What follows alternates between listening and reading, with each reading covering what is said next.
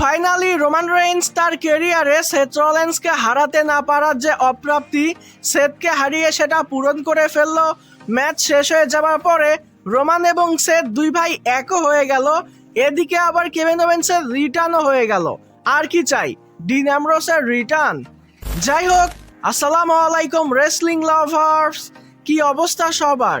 শেষ হয়েছে 2026 সালের সামারস্ল্যামের নাইট 2, আর এই ভিডিওতে এই শোটারই সম্পূর্ণ রিভিউ করব। ভিডিও ভালো লাগলে ভিডিওতে লাইক দিবেন, চ্যানেলে নতুন হয়ে থাকলে চ্যানেলটি সাবস্ক্রাইব করে দিবেন।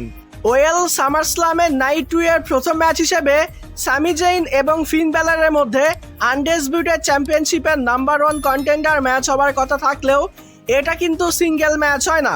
তো প্রথমে সামি জেইন এবং ফিন ব্যালার দুজনেই রিংয়ের মধ্যে আসে। এরপরে সেখানে নিকলডিসও চলে আসে। নিকলডিস এসে এখানে প্রথমেই জানিয়ে দেয় সে আবারও স্ম্যাকডাউনের জেনারেল ম্যানেজার হয়ে গেছে। এরপরে নিকলডিস জানিয়ে দেয় এখন ফিন ব্যালার এবং সামি জেইনের মধ্যে আনডিসপিউটেড চ্যাম্পিয়নশিপের নাম্বার 1 কন্টেন্ডার ম্যাচ হবার কথা থাকলেও এই ম্যাচের মধ্যে নতুন একজন মেম্বার অ্যাড করা হবে, আর এই মেম্বারটা হলো গান্থার। তো আমরা সকলেই ভাবি যে হয়তো বা একটা ট্রিপল থ্রেট ম্যাচ হবে, তবে নিকলডিস এখানে জানিয়ে দেয় যে না, এটা ট্রিপল থ্রেট ম্যাচ হবে না, বরং এটা হবে একটা ফেটাল 4-এর ম্যাচ। এবং এই ম্যাচের 4 নাম্বার মেম্বার হিসেবে সেখানে চলে আসে কেভিন ওয়েন্স। এরপর আমরা অফিসিয়ালি আনডিসপিউটেড চ্যাম্পিয়নশিপের নাম্বার 1 কন্টেন্ডারশিপের জন্য একটা ফেটাল 4-এর ম্যাচ দেখতে পাই Sami Zayn, Kevin Owens, Gunther এবং ফিন ব্যালারের মধ্যে। তো ম্যাচের শুরুতেই কেভিন ওয়েন্স ফিন ব্যালার এবং গান্থার দুজনের উপরে ঝাঁপিয়ে পড়ে এবং দুজনকে একেবারে ডিস্ট্রয় করে দেয় কেভিন বল মেরে।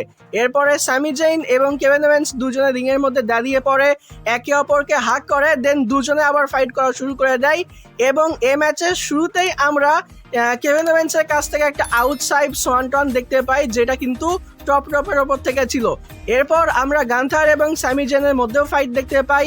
তো গান্থার এখানে সামি জেনকে স্লিপার হোল্ডে নেয়, আর ঠিক সেই সময়ে সুযোগ বুঝে ফিন ব্যালার টপ রপের ওপরে উঠে যায় এবং তার ফিনিশার কুদে গ্রাস লাগিয়ে দেয় সামি জেনকে। তবে কেভিন ওয়েন্স যেহেতু ছিল, এর জন্য ম্যাচটা সেখানে কন্টিনিউ হয়, ম্যাচটা শেষ হয় না। এরপর আমরা কেভিন ওয়েন্সের কাছ থেকে বেশ কয়েকটা স্ট্যান্ডার দেখতে পাই। ফিন ব্যালারকে একটা মারে, গান্থারকে একটা মারে, সামি জেনকে মারতে গেলে সামি জেন একটা ব্লু থান্ডার বম্ব লাগিয়ে দেয়। তবে কেভিন ওয়েন্স কিন্তু এখান থেকে রিকভার করে এবং ফাইনালি সে সামি জেনকে একটা স্ট্যান্ডার লাগিয়ে তাকে পিন করে সে এই ম্যাচটা জিতে যায়। আনডিসপিউটেড চ্যাম্পিয়নশিপের নাম্বার 1 কন্টেন্ডার হয়ে যায় কেভিন ওয়েন্স। তো ফাইনালি কেভিন ওয়েন্স রিটার্নও করে নিল এবং সে আনডিসপিউটেড চ্যাম্পিয়নশিপের জন্য একটা অপরচুনিটিও পেয়ে গেল। কেভিন ওয়েন্সের রিটার্নের জন্য কিন্তু পার্সোনালি আমি অনেক অনেক বেশি হ্যাপি। এরপর আমরা দ্বিতীয় ম্যাচ হিসেবে ব্যারন করবেন এবং ট্রিক উইলিয়ামসের মধ্যে ইউএস চ্যাম্পিয়নশিপের জন্য ম্যাচ দেখতে পাই। তো এটাও একটা ভালো ম্যাচ ছিল। ম্যাচের শুরু থেকেই কিন্তু ব্যারন করবেন ট্রিক উইলিয়ামসের উপরে অনেক বেশি ডমিনেট করেছে। সে শুরু থেকেই কিন্তু অনেক বেশি আগ্রাসী ছিল এবং রিং সাইডে তার কাছ থেকে আমরা একটা ডিপ সিক্সও দেখতে পেয়েছি। তো ডিপ সিক্স বলেও যে একটা মুভস আছে, এটার কথা কিন্তু আমি ভুলেই গিয়েছিলাম। তো অনেকদিন পরে এই মুভটা দেখে কিন্তু বেশ ভালো লেগেছে। তো এরপরে আমরা ট্রিক উইলিয়ামসকে এই ম্যাচের মধ্যে ফাইট ব্যাক করতে দেখতে পাই। ট্রিক উইলিয়ামস আবার এই ম্যাচের মধ্যে ব্যারন করবেনের উপরে অ্যাটাক করে, এমনকি সে একটা জোক স্ল্যাম লাগিয়েছে, আর এটা কিন্তু বুকার টি স্টাইলে ছিল। দেন রিং সাইডে যেহেতু লিলিয়াতি ছিল, তো লিলিয়াতির সঙ্গে ব্যারন করবেনের মূলত ঝামেলা তৈরি হয়ে যায়। আর এরপরে একটা সুযোগ বুঝে লিলিয়াতি কিন্তু ক্যান্ডোস্টিক দিয়ে ব্যারন করবেনকে একটা বাড়িও লাগিয়েছে। আর এরপরে এমন একটা সিকোয়েন্স আসে যে ব্যারন করবেন মূলত রিং সাইডে নেমে যায়। সে ইউএস চ্যাম্পিয়নশিপটা দিয়ে মূলত ট্রিক উইলিয়ামসকে মারার জন্য যাইতেছিল, তবে লিলিয়াতি এটাতে বাধা দিয়াই এই দুজনের মধ্যে আমরা রিং সাইডেই ঝামেলা দেখতে পাই। তো পেছন থেকে ট্রিক উইলিয়ামস এসে ব্যারন করবেনকে একটা পাঞ্চ মতো করে, ব্যারন করবেন গিয়ে আবার লিলিয়াতিকে হিট করে, লিলিয়াতি মার খেয়ে সে রিং সাইডে একটা টেবিল সেট করা ছিল এটার উপরে গিয়ে পড়ে। তো রেফারি মূলত লিলিয়াতিকে চেক করতেছিল, এদিকে সুযোগ বুঝে ব্যারন করবেন যে ইউএস চ্যাম্পিয়নশিপটা নিয়েছিল, এটা দিয়েই সে মূলত ট্রিক উইলিয়ামসকে একটা হিট করে, দেন এন্ড অফ ডেজ লাগিয়ে সে পিন করে এই ম্যাচটা জিতে যায়। মানে ফাইনালি 2026 সালের সামারস্ল্যামের নাইট 2-তে ব্যারন করবেন ট্রিক উইলিয়ামসকে হারিয়ে দেয় এবং সে হয়ে যায় নতুন ইউএস চ্যাম্পিয়ন। তো প্রেডিকশন ভিডিওতে বলেছিলাম যে ব্যারন করবেন হবে নতুন ইউএস চ্যাম্পিয়ন, তো এমনটাই কিন্তু এখানে হয়েছে। এরপর আমরা তৃতীয় ম্যাচ হিসেবে interim WW men's championship ladder match দেখতে পাই Charlotte Flair, Chelsea Green, Tiffany Stratton, Jade Cargill এবং ল্যাশ লেজেন্ডের মধ্যে। তো সবাই রিংয়ের মধ্যে আসে, অফিসিয়ালি ম্যাচটা স্টার্ট হয়। আর এ ম্যাচের শুরু থেকে নিয়ে শেষ পর্যন্ত বলা যায় ল্যাশ লেজেন্ড অনেক বেশি ডমিনেট করেছে, মানে তার সামনে যে আসতেছিল ল্যাশ লেজেন্ড কিন্তু তাকেই বাজিয়ে দিচ্ছিল। এরপরে অবশ্য চেলসি গ্রিনের কাছ থেকে আমরা এই ম্যাচের মধ্যে একটা মিসাইল ড্রপ কিক দেখতে পাই, যেটাকে অ্যাকচুয়ালি মিসাইল ড্রপ কিক বলা যায়, মানে এটার স্পিডটা কিন্তু অনেক ভালো ছিল। দেন এই ম্যাচের মধ্যে এমন একটা সিকোয়েন্স আসে যেখানে ল্যাশ লেজেন্ড মূলত টপ রোপের ওপরে উঠে যায় এবং এখানে মূলত একটা লেডার ওই রোপের মধ্যে আটকানো ছিল। তো টিফনি স্ট্যাটান মূলত যায় এখানে কোনো একটা মুভ পারফর্ম করার জন্য, তবে ল্যাশ লেজেন্ড এখানে টিফনি স্ট্যাটানকে ধরে এই টপ রোপের ওপর থেকে লেডারের ওপর একটা স্প্রাইন বাস্টার লাগিয়ে দেয়, যেটার ইম্প্যাক্ট কিন্তু দুর্দান্ত ছিল, মানে কোমরটা ভেঙে গেছে এরকম টাইপের একটা অবস্থা। পার্সোনালি এই মুভটাও কিন্তু আমার কাছে অনেক বেশি ভালো লেগেছে, এই সিকোয়েন্সটা আমি অনেক বেশি এনজয় করেছি। দেন এই ম্যাচের মধ্যে আমরা এমন একটা সিকোয়েন্স দেখতে পাই যে টিফনি স্ট্যাটান মূলত লেডারের ওপরে উঠে যায়, সেই সময় আবার চেলসি গ্রিনও চলে আসে। তো চেলসি গ্রিন এসে এই লেডারটাকে একেবারে বাইরের দিকে ফেলে দেয়, যার জন্য টিফনি স্ট্যাটান গিয়ে রিং সাইডে সবার ওপরে গিয়ে পড়ে। তো সবাই মূলত মারমুর খেয়ে রিং সাইডে পড়েছিল, পুরো মোমেন্টাম কিন্তু একেবারে চেলসি গ্রিনের কাছে চলে আসে। তো মনে হচ্ছিল যে চেলসি গ্রিন এবার লেডার বেয়ে উপরে উঠবে এবং সে চ্যাম্পিয়নশিপটা নিয়ে এই ম্যাচটা জিতে যাবে। আর ফ্যান্সরাও কিন্তু চেলসিকে অনেক বেশি সাপোর্ট করেছে এই ম্যাচের মধ্যে, তবে সে কিন্তু এখানেই এই ম্যাচটা শেষ করতে পারে না, কারণ সেখানে চলে আসে বিফ্যাব এবং মিচেন, তারা দুইজনে এসে এখানে চেলসির উপরে অ্যাটাক করে দেয়। দেন এক এক করে সবাই এই ম্যাচের মধ্যে আসে আর শার্লেট ফ্লার এসে এই দুজনকে সেখান থেকে বাজিয়ে ভাগিয়ে দেয়। দেন আবারও এই ম্যাচের মধ্যে লেডার স্পট আসে, যেখানে রিংয়ের মধ্যে মূলত 3টা লেডার সাজানো ছিল, একটাতে 2জন মানে শার্লেট ফ্লার এবং জেড কার্গেল, আর একটাতে টিফনি স্ট্যাটান এবং ল্যাশ লেজেন্ড, আর মাঝখানে তাদের মার্কে চেলসি গ্রিন একেবারে আটকে ছিল। তো সবার মধ্যেই মূলত ফাইট হইতেছিল। তো প্রথমে জেড কার্গেল এখানে টিফনি স্ট্যাটান এবং ল্যাশ লেজেন্ডকে রিং সাইডে ফেলে দেয়। দেন শার্লেট ফ্লার এবং জেড কার্গেল এরাও পড়ে যায়। তো এখন যেহেতু মার্কে রিংয়ের মধ্যে একাই ছিল চেলসি গ্রিন, তো হঠাৎ করে চেলসি গ্রিন মানে তার মধ্যে একটা এনার্জি চলে আসে, ফ্যান্সরাও তাকে চিয়ার করে এবং সে লেডার বেয়ে উঠে এই চ্যাম্পিয়নশিপটা ক্লেম করে নেয়। ফাইনালি চেলসি গ্রিন কিন্তু ডাব্লিউডাব্লিউ মেন্স চ্যাম্পিয়ন হয়ে গেছে, মানে এখানে শার্লেট ফ্লার আছে, জেড কার্গেল আছে, টিফনি স্ট্যাটান আছে, ল্যাশ লেজেন্ড আছে। তো এত সুপারস্টার ছেড়ে চেলসি গ্রিন কিন্তু এই ম্যাচটা জিতে গেছে। পার্সোনালি আমি এটাতে কিন্তু অনেক বেশি অবাক হয়েছি, কারণ আমি ভাবতেই পারিনি যে এখানে চেলসি গ্রিনকে উইমেন্স চ্যাম্পিয়নশিপ দেওয়া হবে। তবে চেলসি গ্রিন জেতাতে ফ্যান্সরা কিন্তু অনেক বেশি খুশি হয়েছে। এই ম্যাচের মধ্যে যেই 5জন সুপারস্টার ছিল, মানে চেলসি গ্রিন ছাড়া বাকি যে 4জন, তারা যে পরিমাণে সাপোর্ট পেয়েছে তার থেকে দ্বিগুণের বেশি সাপোর্ট কিন্তু এই ম্যাচের মধ্যে চেলসি গ্রিন পেয়েছে এবং সে কিন্তু ফাইনালি উইমেন্স চ্যাম্পিয়ন হয়ে গেছে এই লেডার ম্যাচ জিতে। এরপর আমরা ডমিনিক মিস্টেরিও এবং ডেন হাউজেনের মধ্যে হিউম্যান মানিস অন এ পুল ম্যাচ দেখতে পাই। তো প্রথমে ডমিনিক আসে, এরপরে ডেন হাউজেন আসে, দুজনের মধ্যে অফিসিয়ালি ম্যাচটা স্টার্ট হয়। তো ম্যাচের শুরু থেকে ডমিনিক মিস্টেরিও মূলত ডেন হাউজেনের ওপরে ডমিনেট করে। দেন একটু পরে ডেন হাউজেন যখন একটু ফাইট ব্যাক করে, ঠিক ম্যাচের শুরুর দিকে সেখানে চলে আসে জেডি ম্যাকডোনা। তো জেডি ম্যাকডোনা এসে এখানে ডেন হাউজেনকে ইচ্ছা মতো বাজাচ্ছিল। তো সেই সময় আবার সেখানে চলে আসে মিনি হাউজেন, মানে 3টা মিনি হাউজেন চলে আসে। তবে জেডি ম্যাকডোনা কিন্তু এক এক করে 3জনকে ধরে জোক স্ল্যাম মারতেছিল, যেহেতু মিনি হাউজেনদের সাইজ একটু ছোট। তো এখানে জেডি কিন্তু অনেক বেশি পাওয়ার দেখিয়েছে। তবে এই মিনি হাউজেনদের মধ্যে যেটা একটু বড় মিনি হাউজেন, এ কিন্তু আবার ফাইট ব্যাক করে এবং এ কিন্তু একাই জেডি ম্যাকডোনা এবং ডমিনিক মিস্টেরিও দুজনকেই বাজিয়ে দেয়। তবে একটু পরে আবার জেডি ম্যাকডোনা ফাইট ব্যাক করে, যার কারণে সেখানে আবার মিউজিক হিট হয়ে যায় জো হেনরির। এই ম্যাচের মধ্যে জো হেনরি চলে আসে, তবে জো হেনরি কিন্তু সরাসরি এই ম্যাচের মধ্যে আসে না, বরং সে একটা গিটার নিয়ে আসে, জেডি ম্যাকডোনাকে বাজিয়ে দেয় এবং সে রিং সাইডে দাঁড়িয়েছিল। তো ডমিনিক মিস্টেরিও এবং ডেন হাউজেন দুজনেই মূলত এই হিউম্যান মানিস নেওয়ার জন্য রেডি হয়ে যায়। তো এখানে একটু অ্যাডভান্টেজে থাকে কিন্তু ডমিনিক মিস্টিরিও। তবে এখানে ডেনহাউজেন রোপের ওপরে একটু পেছন দিকে এসে সে কার্স করে দেয় ডমিনিক মিস্টিরিওকে, সেখানে পায়রো ফাটে, যার জন্য ডমিনিক মিস্টিরিও রিংয়ের মধ্যে পড়ে যায়। আর এই সুযোগটাকে কাজে লাগিয়ে ডেনহাউজেন হিউম্যান মানিস নিয়ে নেয় এবং সে এই ম্যাচটা জিতে যায়। দেন জো হেনরি, মিনি হাউজেন এবং ডেনহাউজেনের মধ্যে আমরা সেখানে একটা সেলিব্রেশন টাইপের সেগমেন্ট দেখতে পেয়েছি। তো ওভারঅল এই ম্যাচের দিকে তাকালে এই ম্যাচের মধ্যে কিন্তু আমরা তেমন কোনো রেসলিং দেখতে পাইনি, তবে ফান ওয়াইজ এটা কিন্তু একটা ভালো ম্যাচ ছিল। এরপর আমরা ইন্টারকন্টিনেন্টাল চ্যাম্পিয়নশিপের জন্য চ্যাড গেবল এবং পেন্টার মধ্যে একটা ম্যাচ দেখতে পাই। তো এটা কিন্তু ছিল একটা ফাস্ট পেস টেকনিক্যাল ম্যাচ, যেখানে দুজনের রিংয়ের মধ্যে আসে। অফিসিয়ালি ম্যাচটা স্টার্ট হয়, শুরু থেকেই কিন্তু একে অপরের প্রতি একেবারে ঝাঁপিয়ে পড়ে, মানে কেউ কাউকে কিন্তু ছাড় দেওয়ার মুডে নাই। পেন্টা চায় চ্যাম্পিয়নশিপটা ফেরত নিতে, আর চ্যাড গেবল চায় তার হোম টাউনে নতুন চ্যাম্পিয়ন হতে। তো ম্যাচটা কিন্তু বেশ ভালো ছিল। ম্যাচের শুরু থেকেই কিন্তু একে অপরের মানে দুজনের মধ্যেই কিন্তু আমরা বেশ ভালো ফাইটিং দেখতে পাই। তবে এখানে শুরুর দিকে একটু আপার হ্যান্ড পেয়ে যায় চ্যাড গেবল এবং শুরুতেই তার কাছ থেকে আমরা 3টা জার্মান সুপ্লেক্স দেখতে পাই। দেন পেন্টার কাছ থেকে আমরা একটা পেন্টার ড্রাইভার দেখতে পাই। দেন এই দুজনের মধ্যে শুরু হয়ে যায় চপের লড়াই। চ্যাড গেবল পেন্টাকে আর পেন্টা চ্যাড গেবলকে চপ মারতেছিল, আর এই চপগুলোর যে সাউন্ড মানে যে ইম্প্যাক্ট মানে দেখার মতো ছিল। মারতেছিল ওরা একে অপরকে আর ফিল করতেছিলাম আমি, এরকম টাইপের একটা অবস্থা। দেন এরপর আমরা চ্যাড গেবলের কাছ থেকে একটা সুপ্লেক্স দেখতে পাই, যেটা কিন্তু এপ্রেনের উপরে ছিল। আউটসাইড একটা মুনসল্টও আমরা চ্যাড গেবলের কাছ থেকে দেখতে পেয়েছি।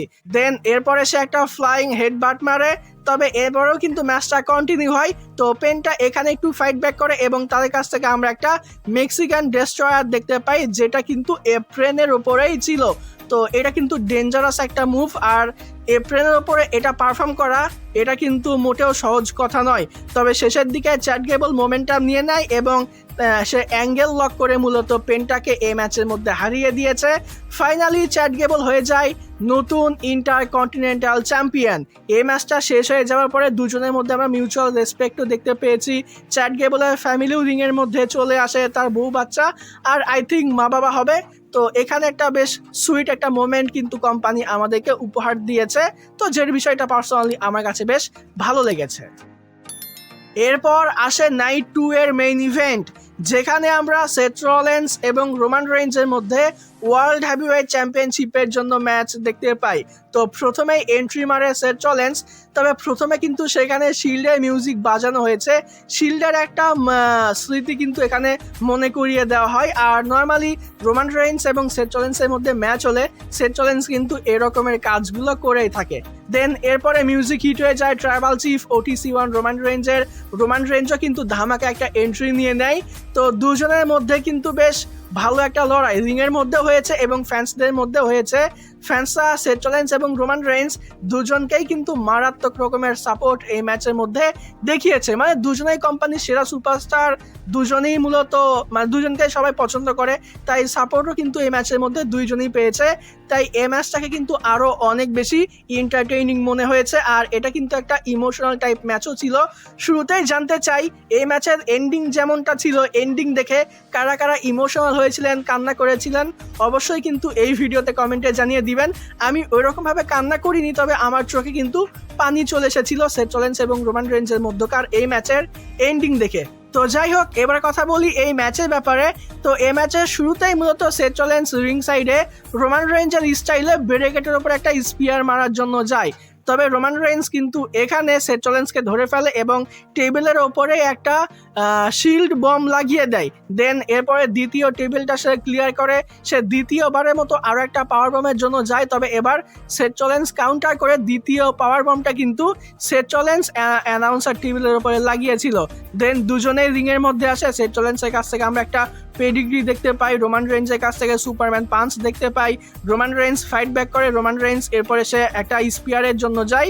তবে সেথ রলিন্স কিন্তু এটার কাউন্টার করে সে একটা স্টম্প লাগিয়ে দেয় এই ম্যাচের মধ্যে রোমান রেইন্সকে। এরপর আমরা সেথ রলিন্সের কাছ থেকে একটা সুপার ফ্লেক্স দেখতে পাই।